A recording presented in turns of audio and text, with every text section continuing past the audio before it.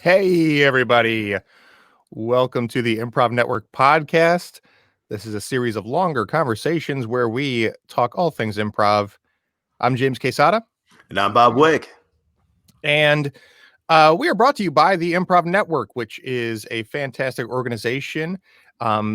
Its home base is a website. Wow. Its home base is a website. It's both of those things, and they're equally as impressive. The improvnetwork.org. You can go to the Improv Network. I'm having a hard time speaking today, but you can go to the improvnetwork.org and check out all the awesome offerings that we have to offer. Most recently, the Improv FAQ page has been added to the website, which features these conversations, our live streams, our pre-recorded episodes, and the lecture series episodes that I do, which are smaller videos, or shorter videos, I should say. And also on the Improv Network, you can create yourself an improviser profile for you as an individual, for your teams and troops and shows, for your theater, for your festival, and you can submit to festivals. There are actually a handful of festivals that are live and open for submissions for 2021. Some of them are virtual, some of them maybe keeping their fingers crossed for a non-virtual later in the year. So check out what's available there, as well as the blogs. There's a recent blog just posted a few days ago by Lindsay Barrow about intersectional feminism and improv. It's a fantastic article, and there should be once a month you can check out a new blog post from an excellent improviser, resource leader, voice in the community. Okay, so Bob, how you doing? Good to see you, man. How you doing? Good to see you. I'm doing good. Great time last weekend during the Snow Day virtual festival. Yes. Yeah. How do you feel afterward? I mean, I know, so it's a different experience being it used to be a 26-hour improv festival in a theater and up all night and right. To be honest, when there was a point during this year or last year where I kind of wasn't interested in doing it because I wasn't really, like Snow Day is my baby, and I don't know, I didn't want to do what at that time, like June Bob just wasn't really into the virtual improv. But I'm so glad we did it. It was honestly probably during this year, probably the most I felt like I was actually improvising. And I didn't really perform that much because we had so many great submissions, and we shortened the time, and I want to make sure everybody got to play. But just the hustle and bustle of producing and making sure everything was running smooth. The extra, I don't know, not fear, but just having that extra obstacles of making sure that everybody had good internet service and it was broadcasting correctly. There was a couple of musical acts that we were having issues with because musical improv is still kind of having a hard time unless you can have like your musical accompaniment in the same room with you. But I think everybody had a really good time. We raised money for a great cause. I'm so glad we did it. I really am. I want to yell at June Bob because Bob 2021 was all about Sode. Yeah. And so usually you also have a batch of volunteers that are helping with various things throughout the festivals, including like keeping people on time or you have a stage manager, you have a host of the show, you have some volunteers, you have people at the box office, and all these points of contact and whatnot. But I imagine it was just you and Natalie, and Pete It was, yeah. It was it was 90% Natalie, and then the rest of it was just me and Pete. And Pete, he was doing like all the technical stuff.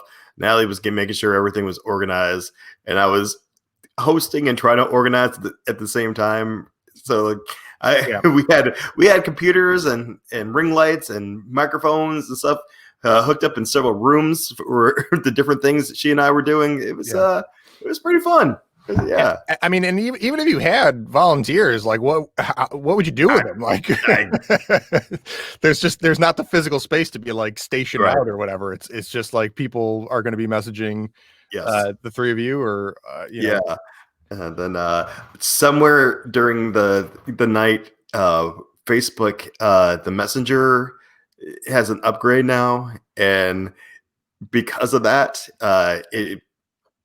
it was affecting my audio in my earbuds. So if anybody was trying to message me on Facebook, which a lot of people were, because if they have questions or anything, they wanted, the quickest way of contact. It usually is like a text message, and if they didn't have my phone number, they would Facebook me.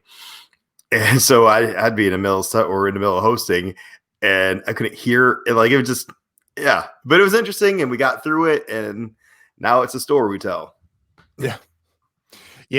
Good experience. Right. I mean, it's like, it is, it's going to be one of those things that you look back on, once it's a little less common, anything from like when the virtual stuff is a little less common, / necessary, or as the tech for it continues to rapidly improve, some of the snags that you ran into are going to be a thing of the past. And so it's just a time to walk away and be like, yeah, I went through the whole trying to run this or that online and facilitate and produce it live. Like, yep. Right.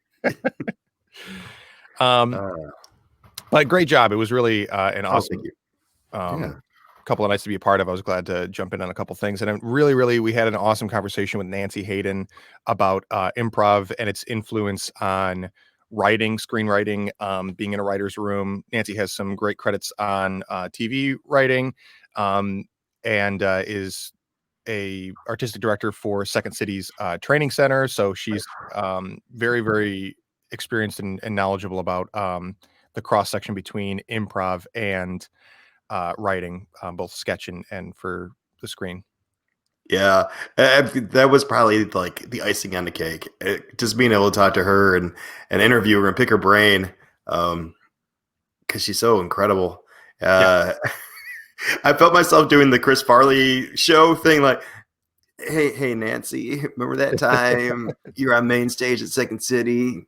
That was cool. Yeah. Yeah, it was really great. Congrats on a thanks, man. Successful, fun weekend. Thank you. Our topic for this episode is going to be 3-person scenes. Is where we're going to start, and then we're going to see if we can carry that over into just generally group scenes. But that might end up being its own topic depending on how much ground we cover. Yeah. Before we dive into it, I should also say that this is a pre-recorded episode. So we're going to be screening this live in our regular Sunday 1 p.m. slot on the Improv Network and Improv FAQ pages on Facebook and YouTube, respectively. And if you have questions, we will see them in the comments. Just we won't be able to address them live. So feel free to throw in some follow-up questions or just comments in general. We love to see that. And we will hopefully get to them in a future episode if you leave them in the comments. Yeah. But 3-person scenes. So I think this is a great topic.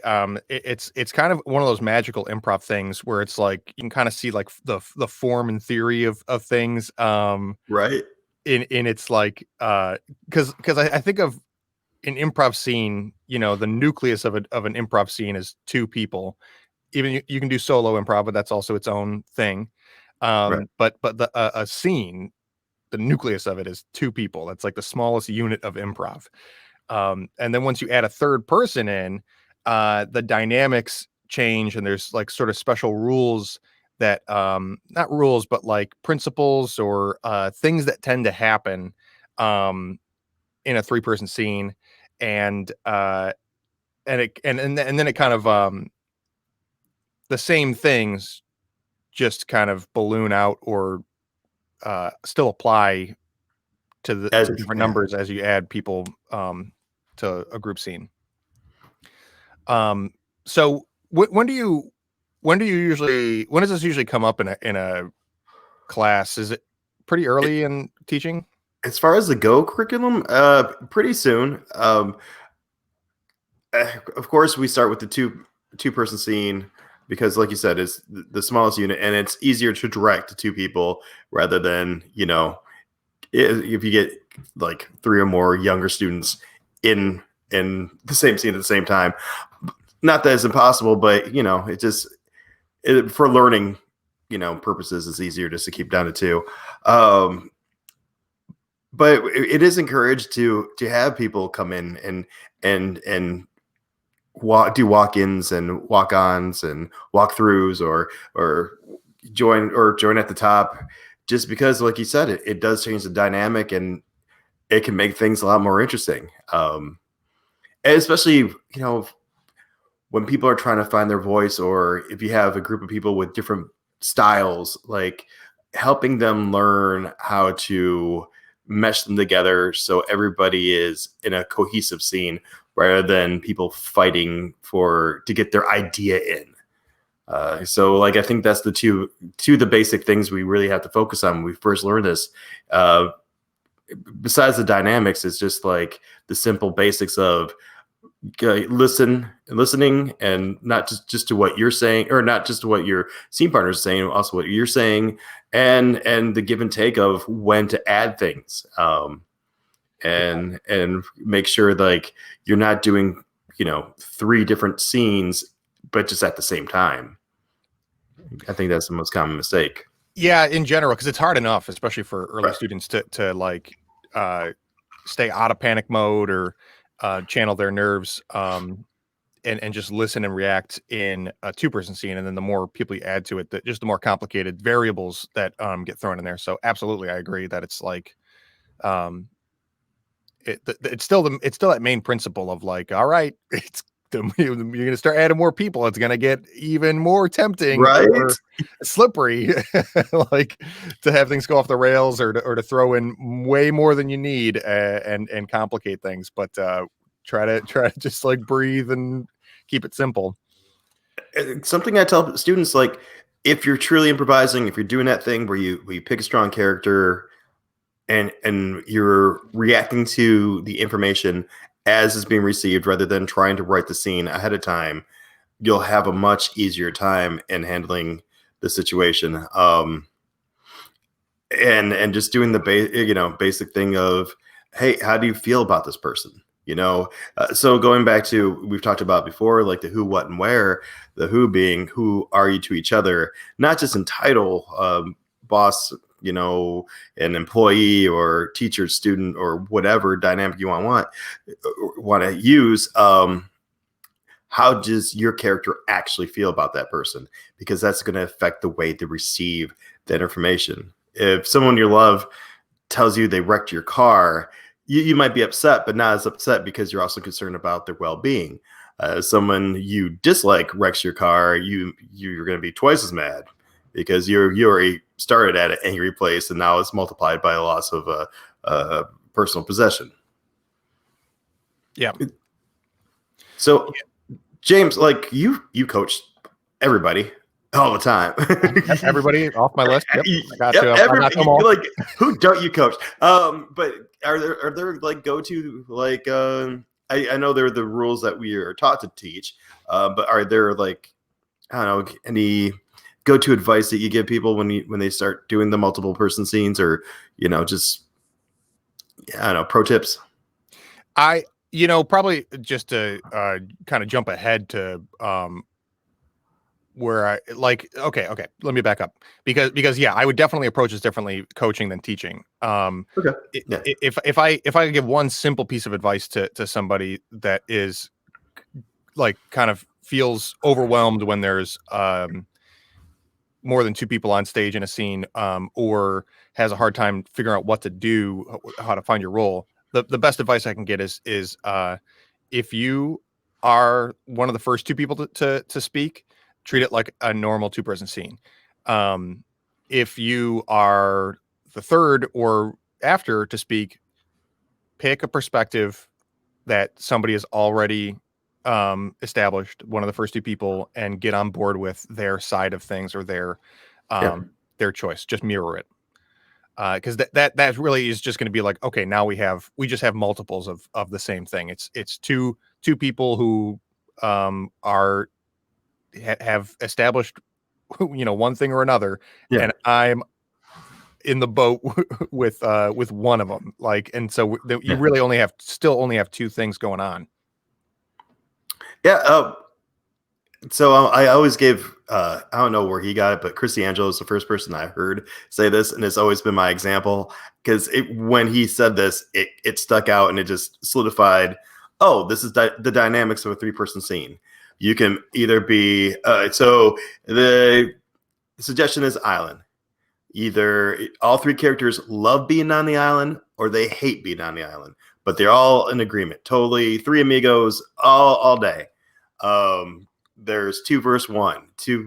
Two characters love being on an island. The other one absolutely hates being on an island. That causes conflict, but at least we have a clear story. And then the third one is kind of not the strongest, but it can be. It's not impossible to do. One person loves being on the island.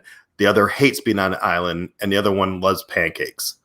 So it just a random and that character is added as a spice. It doesn't really add to the narrative. It's just it's the Kramer of the group almost. It's just there to say weird things and non sequitur. Yeah. Yeah, that is actually also the same way, the same example that I learned from. And probably I don't think I had a class early on from D'Angelo, but maybe I got it from maybe it's a Go comedy thing or whatever. But I use that same example, and then I have found that there's a secret fourth type of scene. So and the way that I talk about them are 2 versus 1 or 1 versus 2, like you said. Uh, and then the where everyone's on the same page is all for one, and then where everyone's everyone is on their own pages is everyone for themselves. And then there's the fourth one, which is kind of like a 2 versus 1, but it's a specific dynamic of tug of war, where you have 2 opposing perspectives and then somebody caught in the middle. So it might be like 2 employees vying for attention of the boss at like, just trying to sneak in little jokes and whatever for a promotion. Or I mean, even to use the island analogy, it's like one person you find you got a flare gun and there's a plane coming, and you're like, well, should we use it for this plane, or do we think it's and one person wants to use it now, the other person doesn't, and the third person is holding the flare gun and is like, I don't know, should I shoot it or not? Yeah. So okay. Yeah. That tug of war, it tends to, again, it's kind of 2 versus 1, but it tends to have that specific dynamic to it.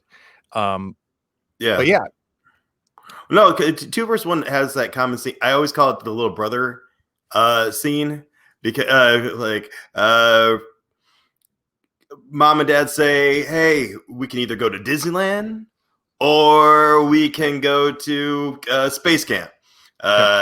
2 kids want to go to Disneyland. The other kid wants to be Space Camp. Space Camp kid wants to get his little brother to say Space Camp rather than Disneyland. That way, so that kid, the little kid like flip flops. Like, can I change your want? And then it becomes a game of manipulating. So you get the numbers game. Yeah. Yeah. Yeah. And either way, I mean, yeah. Do you feel like that is that lumped in with 2 versus 1, or is it like I do because unique? the two, like, it's no matter which side the person's picking, at some point it is 2 versus 1. Yeah, I guess it's just the floating between, because Yeah. it's the 2 versus 1 is like two people have the same perspective Mhm. and are like, you could do bully and nerd where it's just like, like, look at the nerd with his math books or whatever. And the two bullies are riffing on with each other on the same thing, as Right. opposed to, you know, they're like with the two with a tug of war, it's the fact that the two people in the 2 versus 1 Right. are not together. They're against each other. Like that. And then because the person in the middle is never really aligning, it's like 2A versus 1 and then 2B versus 1. It's just I don't know. Like I think Okay.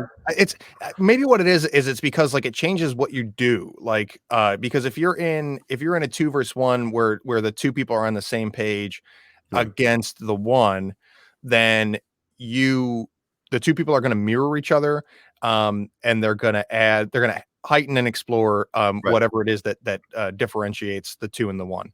Um when it's a tug of war, it's like you're doing the whole you got to ante up against each other. You're still heightening and exploring, but Yeah. like you're not mirroring each other. You have to kind of like um find different offerings to entice the person in the middle. It's more of a baiting game, than it is just like a me versus you thing. You know what I mean? Yeah, I guess see that. I just always thought of it because you have the main premise, which is either we want to go get off the island or we want to stay on the island. But there's a secondary game of to get to my goal, I also have to win over this person. So, yeah, I mean, to me, the third character is always kind of in play as, since that third person's only mirroring whoever he's mirroring or they're mirroring, um they're taking their side. So like I don't know, to me in my brain it's still 2 versus 1 because at any point that person is on one side. That's never perfectly divided. They're always leaning a little bit to one way. So while they're leaning towards a direction, that side has two, the other one has one. And since it's a Well, game rather than a dynamic, I don't. yeah, I yeah, wouldn't. yeah. Well, So, but that it's we're but splitting okay, hairs wait, so wait, hard. No, I love this. wait. So Yeah, couple things. One, yeah, yeah, I realized that like, okay, well, in like a 2 versus 1, you're not always in opposition with the one, right? It could just be like, um, mm, yeah, we want you to come to the party and you're bummed, right? And you're feeling down. So it's two people trying to like cheer you up. It could be a yeah, positive dynamic. I suppose it could be the same thing, you know, with a tug of war. I'm trying to think of like why. Okay, so the one person, I see what you're saying, where it's like, okay, well, if you physically have two people on opposite sides of the stage and one person right, in the middle, and they're like, come this way, come this way. If the one person is like, well, that does actually sound good, then boom, you have two on stage left and one on stage right, it for the moment, and then the other person is like, yeah, but there's candy over here, and then they're right. like, oh shit, I didn't know there was candy over there, and now all of a sudden you have still 2 versus 1. It just changed to stage left. But generally speaking, But overall, doesn't, like, in a narrative scene where it's 2 versus 1, isn't there a little bit of that? So even, hey, let's come to the party. Oh, well, I'm going to party. Can we just stay here? I got weed and Funyuns. What if when the guy's like, oh, I didn't know you had weed and Funyuns? switched over. So like now neither of us want to go to the party because he's got weed and Funyuns. Yeah, but that becomes different to me. It's like as soon as somebody switches sides, that becomes a different dynamic to me, and inherently a different game because um and it is like it's like a baked in relationship slash like status with when these the reason that these three person types of scenes are useful is because they tend to have baked in status and relationship and and when you have one type it's almost like a combination between a 2 versus 1 and everyone for themselves Okay. because the person in the middle is being pulled between the two things because they have their own values. So they now they're introducing a third perspective that is different from either one of the other two people. They could go either way, and what are you basing that on becomes the question that the person in the middle has to figure out. Is like, oh, well, do I just like cool things? Am I easily enticed by stuff that sounds fun? Or is it because like am I trying to consider out whether or not something is right or wrong and I have like high, moral values and so, then we're trying to be like, yeah, but think about it think about how disappointed uh your sister's going to be or whatever, and then you're like, yeah, I don't want to let her down. Then you have this third person's perspective that you're now Yeah. using to pull one or the other, so you do have different than a 2 versus 1 where two people are mirroring each other on the same values. You have a third set of values slash perspective that's being manipulated. So it's like I said, it's like a blend between 2 versus 1 and then everyone for themselves. Okay. Well, to me, one is a dynamic, one is a game. And the fact that the character can change his mind, I think that's just a normal character trait when given different information or being attacked either intellectually or emotionally. So them changing perspective and changing the initial dynamic is fine to me, but I still see that 2 versus 1 is just he's who or the characters is gaining information, which is helping his decision. Uh, Well, and honestly, I understand like you're saying like character A and character B have more clear and stronger convictions, but that doesn't make character C any less. doesn't make it any less. It makes it different. It makes it I would coach a scene where that happens differently and give different Okay. advice on the scenario. What do you so let's walk through at least the three the two Okay. versus one, Yeah. the everyone on the same perspective, and then everybody has a different perspective. What when you identify those to a group or a class or whatever, Right. what are you then advising? How do you make use of recognizing those different dynamics? Well, so which one we starting with? I'm sorry. Let's start with 2 versus 1. 2 versus 1. Uh, Identifying the want as fast as possible, and how we feel about each other. So, if you can identify the want of the scene or what makes the day different, then you know basically the pressure point, and possibly the game of the scene, but we know where the pressure of the narrative is at, and and then if you know how the characters feel about each other, that puts a spin on how is the information that you're receiving and how you receive and how you give information. You know. Cool. Um, And then how does that vary from if we're all on the same page? Is there a different order of priority? What you're trying to establish or figure out? all on the same page. I like those kinds. I know some people don't, but I love those kind of scenes because they get super. If done right, they get. Or I shouldn't say done right. The ones I really like, they get super weird because if there's no conflict, then you should be showing me a slice of life that I haven't seen. Why are these characters, being, why is this scene something you're showcasing? You know, what's interesting about these characters? What is their perspective, and why is it something I haven't seen before? So, you know, like Dumb and Dumber is a good like example of that.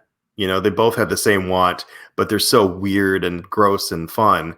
It's you know, any, or you know, you could say that almost about any buddy movie. Like the Buddy Road Trip is a classic, you know, uh what's it called, go to Yeah. for that reason, you know, like just, and you almost have to have an external thing to cause conflict, and but it's usually earned through a good chunk of them just being fun and weird and, you know, interesting. Yeah. So in like the okay, well let's do, and then if everyone's on a different page, what's your advice in that scenario? Um, if everybody's on a different page, try to make what try to find something that overlaps.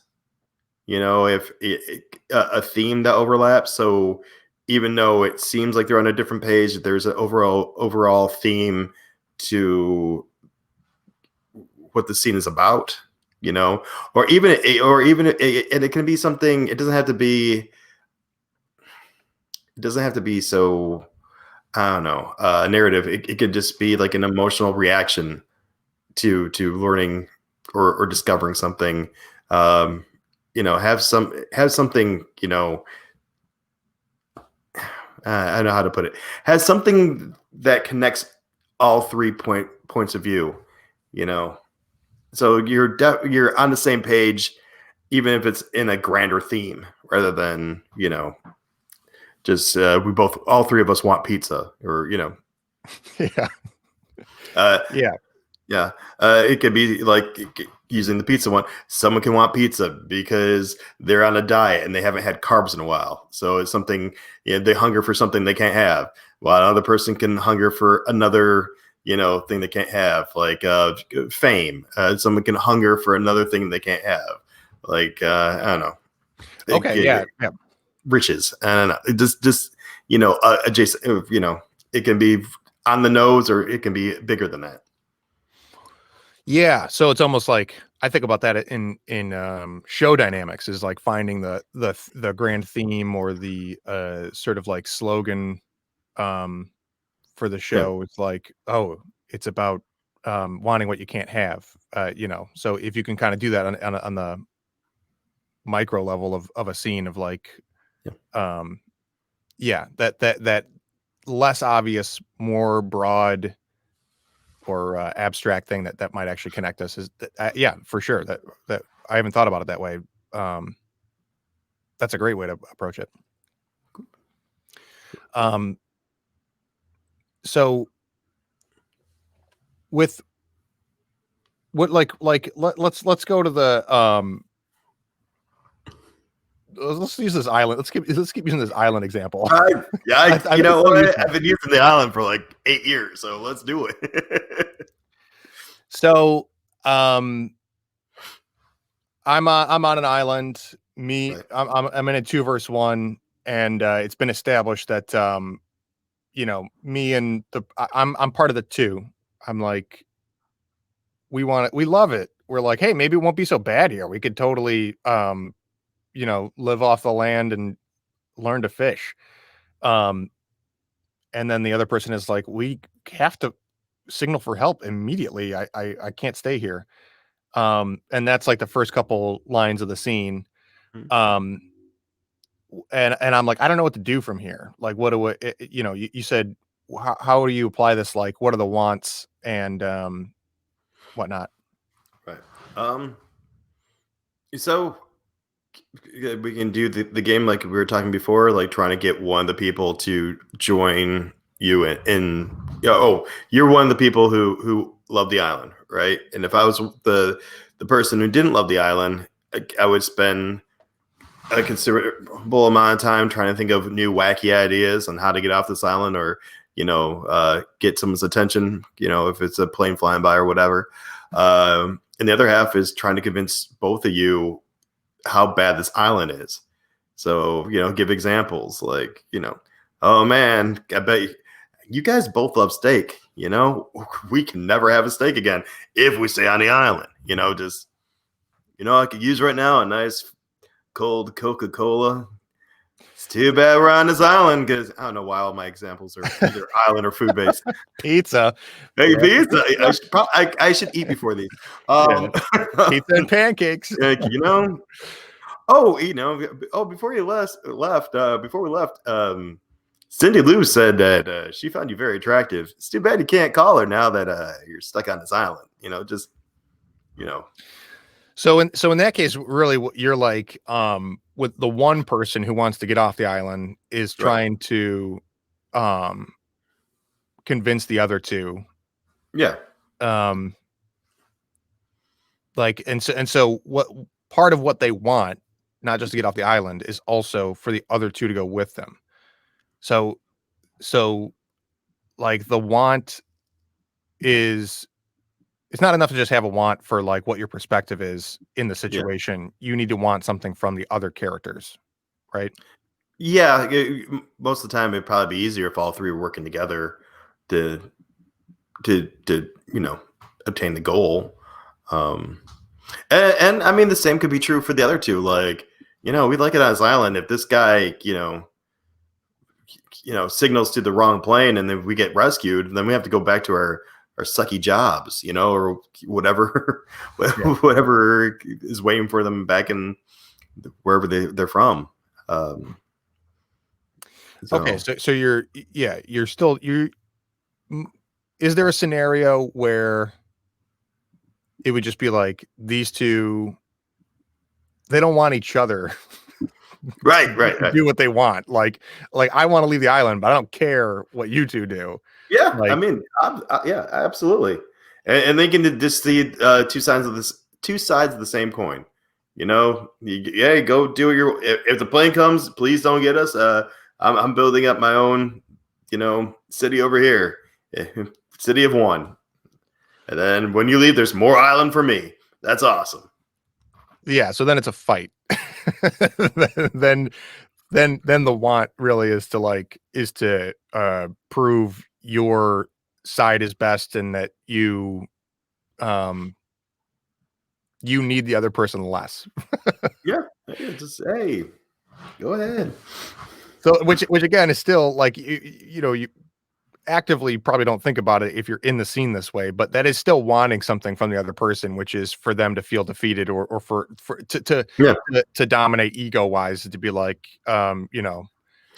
Well, I mean, yes, and honestly, that's why the other part's important. Like, how do you feel about that person? Because if you feel indifferent, do you care if they leave? As long as they don't force you to leave as well. You yeah, know, if you hate the person, like let them leave, but let them know that you're gonna do fine without them. Would be interesting. If you love them, you don't want them to leave either, so you'll fight for them to stay and actually enjoy themselves because you don't want someone you love to be miserable with you. I mean, there's yeah, also a version of, I don't like the island, but I'm going to want you to stay because this is the only way I can have you. There's some, there's interesting dynamics about the island. yeah.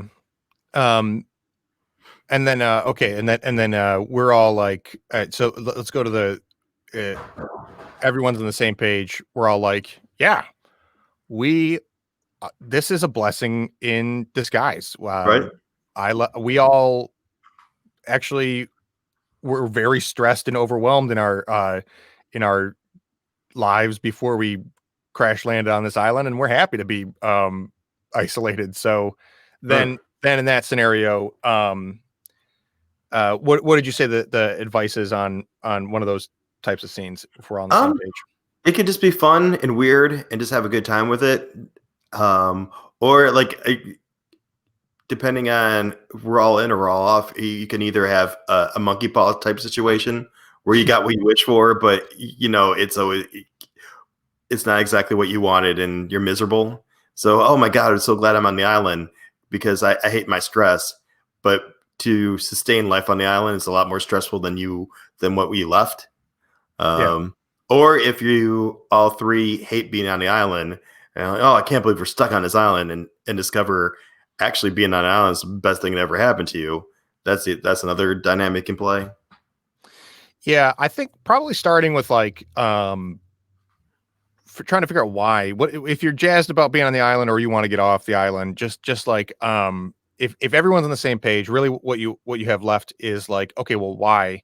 Yeah. And that's either going to like kind of give you distinction between each other still, even though you all share are on the same side about what you want. Maybe this person wants to go home to be with their loved one. This person wants to go home because they have like a super important opportunity or job interview, and this person wants to go home because they just think the island life is icky. They love the city life, or whatever. But if they all like, and you kind of flesh out like, okay, answer the question why, and then even if it is like we all want the same thing for the same reason, Mm-hmm. then yeah, you could you if you just keep amplifying that, then it either is kind of like absurd and fun how much on the same page they are, or um there's this idea of transformation that I don't want to go too much on a tangent on this, but like there's this concept of transformation that maybe I picked up from a couple places, but like if you do something big enough, uh you can let it transform into something else. I think maybe I picked it up from like a character workshop where you just like exaggerate and do things big, huge physical choices and until they went from being one thing to another. Yeah. Um, and that made me think about like just like physically too. That's what happens with like water. If you heat it up enough, it goes from being liquid to steam. And I've since applied that to like the idea of heightening in improv scenes too, where it's like, okay, well, if you're just like, yeah, we want to be on the island, we love it for these reasons, and then you just keep adding to it, like then eventually if you keep hitting that hard enough, it will probably transform on its own into something else, whether Oh it's yeah. like you said, like that you hit the um reasons why so hard until you realize that like, oh, maybe it is actually, maybe I do miss my family. I didn't think about my family. Right.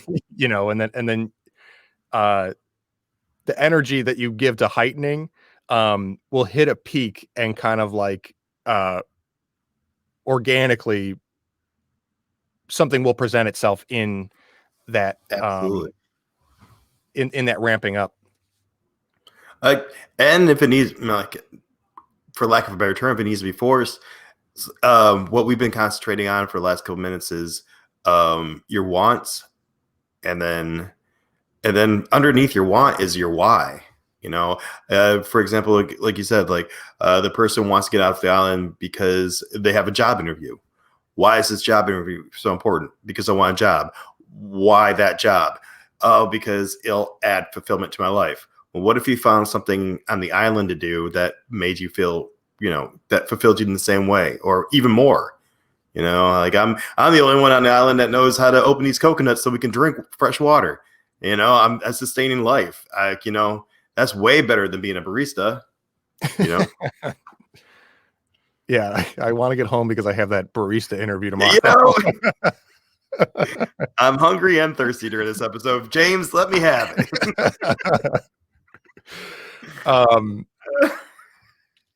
yeah, okay, so just leaning into the yeah, the why, and then I think allowing that even if you press the gas on it, like you said, it could just be like kind of silly absurd how simple the agreement is Yeah, for these three characters to be um on the same page, or in heightening and exploring the why, then you kind of like start to see the unique, the kind of like subcategories yeah.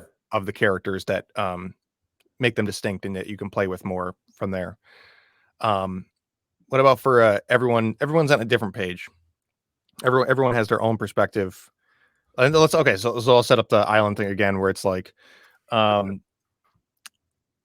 one person, yeah, is trying to make a raft to get off the island. One person wants to go wants to let's say there's a pile of wood, right? And like one Right. character is like, I want to use this wood to build a raft, and the other person's like, I want to use this wood to build a fort so we can stay here. And then the third person is like, just man, you guys ever think about like how clouds are made? Like, Right. um, then what's the advice in that scenario? Uh, you know, so the main conflict would be between boat and shelter guy. Yeah, So I don't know, like finding, I guess, having the performers realize what balance of these three wants the audience wanted to see. Because if Cloud Guy is super interesting, we will see a lot more of them than if he wasn't, right?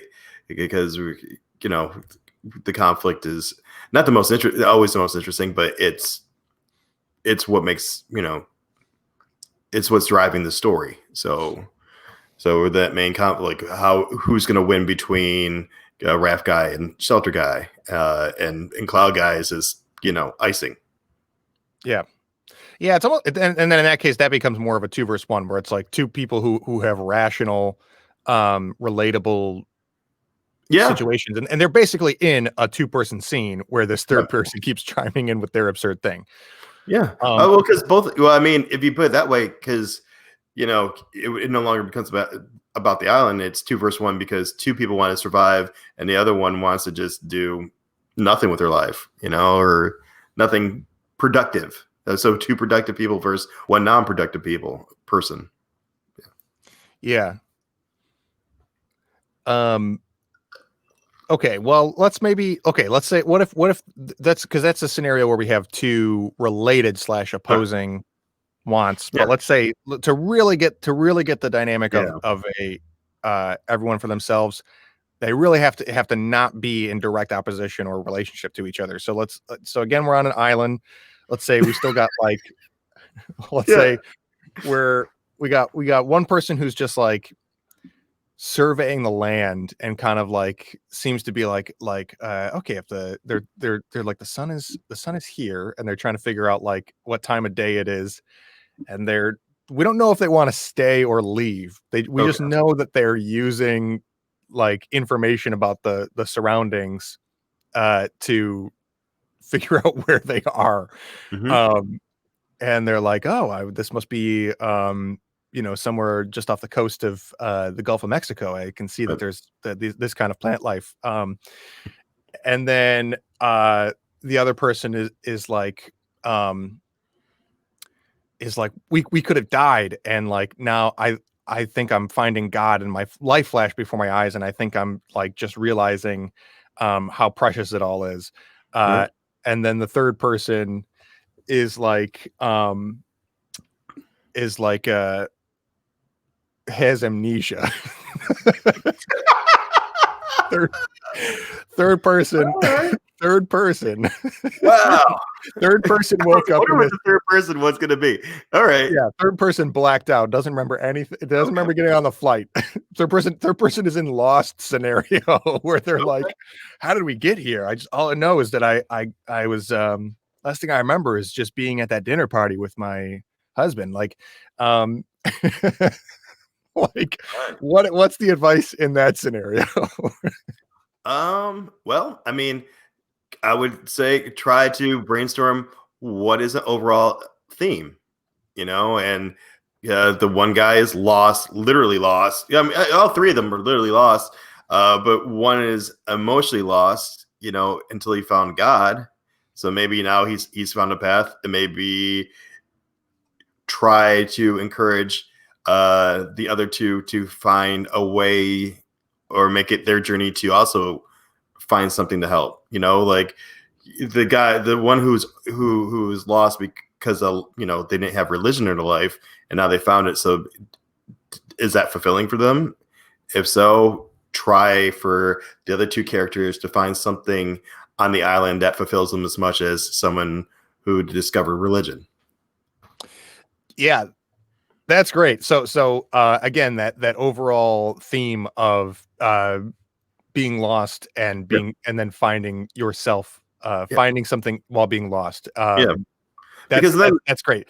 yeah, Because then because if everyone in the trio is looking for that, and like I said, it's group mind, right? Like I absolutely, the way that I apply that same idea is usually in a show, and it's like if everybody sees that, like, oh, this is a show about um things you let slip through your fingers if you don't act, you know then if the whole group is on the same page that, like, that's what we do for our show, then you can make use of that in really great ways. And if this trio, in this hypothetical scene, are all looking for that and are all like, okay, we're doing the thing where we're all on different pages, but we have this like underlying thing of a theme, then it kind of gives it comfort and permission for everybody to really lean into their thing without feeling like they're being disruptive or disconnected, because they really right, are.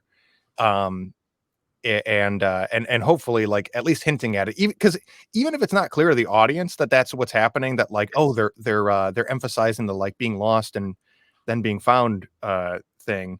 If it's not clear, it will still feel more comfortable if the players are um seeing that and playing into that, and will likely still be more fun and easier to watch because yeah. of that. Especially if you use character A who found religion as as a map, and you can take some of their dialogue as they're discovering, however they discovered religion, or that there's a higher power, or however they quantify that. If they use that same thing as the person discovering, oh, this is where we are. I can tell by the trees, and I'm glad I discovered this, or I always knew it all along. It just I never seen it with my own eyes until now. It's been revealed. Uh, yeah, just and then the third person has the most unique way, because they're starting from absolute zero and getting there. So the other two characters had at least a foot in the right direction. So making the third character who has nothing, um, come out with the biggest, I guess, for lack of better terms, hero journey, because they went through the most to get to the end. Yeah. Yeah, and again, it's just a very cool thing, like, I guess best Right. case scenario is that the audience feels that vibe of, like, as the scene goes on, that it's like, "Oh, um, I see how these things are related." And, it's almost like, I'm trying to think of what the word is for this, there's like a music term for when you have, like, a refrain. I see it in musical improv a lot, where you have, like, one person who has, like, their own melody, Oh, and then, second th 3 people have their own melody, and they're established at different times, but then when they, sing it together, it's kind of like in this overlapping, harmony slash, oh. you know what I mean? It's almost I like know what you mean, but I don't know. I know that. we'd have Oh, to you're get the music so going to it's do it, really but, like something that Dynasty does a lot. Like I know you're. yeah. But it's there's this satisfaction of like, okay, so here's the music, and then one person is like, um um and then Yeah. the second person is like, la da dee dee doo doo, like, and they all have their, and then the third person, whatever, they all have Oh, their separately established thing, and yeah. then they start singing at the same time, and you realize that, like, oh, is like the bass line, and then the la, da, da, da, da, Yeah. is like complementing each other. And I think you I feel like just wrote an that's episode like, of Glee. what's that? I think you just wrote an episode of Glee. But Yeah. But like, it's that satisfaction of like, oh, these seem like unrelated things, and then all of a sudden they culminate and complement and overlap each other. Um, that can be like how you can do this. yeah, Um, and you Everyone get for themselves, scenario of a 3-person scene. yeah, and you get bonus points if at the end all three characters look at each other and say to them, Out loud, hey, we're not so different after all. And then light. Lights, Lights. scene. Yeah. Uh, My one of my go-to advice pieces of advice. I tend to say with this everyone for themselves thing is one, don't panic. The more that you feel like you're disconnected in it, the more that the audience is going to feel that way. If you're kind of like, oh, we're not on the same page, so don't rush to correct or change anything or whatever. Just be comfortable in the fact that you're on 3 separate pages. That's fine. Like I think that's a big thing that again, getting people out of panic mode. right. I think that's a big thing that can go such a long way for that scenario. It's just like there's nothing to fix. There's no destination to rush to. Just let it be uh, disparate for now. And then one thing that I can offer is like try to make it a two verse one. Like try to find which of these other two characters do you have more in common with than the other. And so then you can, or like you said, is there, I don't think about it previously as a thematic thing, but like, well, what does connect you all? Whether it's like, well, we're all obviously on this island together. Direct your attention toward the situation at hand that you're all sharing. Um, and then that can link you up. And then the other thing that I really like to experiment with and push people to explore is leaning into it harder, the disparate perspectives, because I think that there's something really fun with like comfortable dissonance, or Yeah. purposeful dissonance where uh just lean into it harder, ignore each other more. Like Yeah. just do your I know I know you said earlier in the show, you're like, usually we don't want every 3-person scene to go this way. Usually No, no. we want you to connect. We don't want there to be it to feel like there's 3 people doing 3 different shows or scenes at the same Yeah. time. But But I if agree you do it on purpose, if you do it on purpose and you are playing with it and it's kind of naturally how it's going, then it can be really fun. Yeah, my only I love everything you just said. I totally agree. The only if I may, baby, what's it? I meant to say piggyback. I almost said baby back. If I may baby back, Wow, ribs. get some dinner after this. I'm actually at Apple's because right now that was my order. Baby backs. I thought maybe baby back. I can put the baby on my back. Yeah. I would say if you're doing that 3 different perspectives and you're choosing to ignore each other, at least mirror the energy at which you do it. Yeah, like the emotion or the energy. And really crank it up because that's awesome. Like because again, not every scene has to be narrative. This can just be a really fun game scene that has cool dialogue, and the game is like how important is this thing to this character, and crank it up a notch. That'd be awesome. Yeah, that's a great point. Is like crescendo together too is like,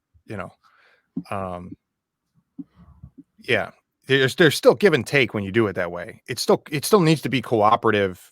Oh yeah. You're purposefully making it feel like it's not. Like I think that's really fun.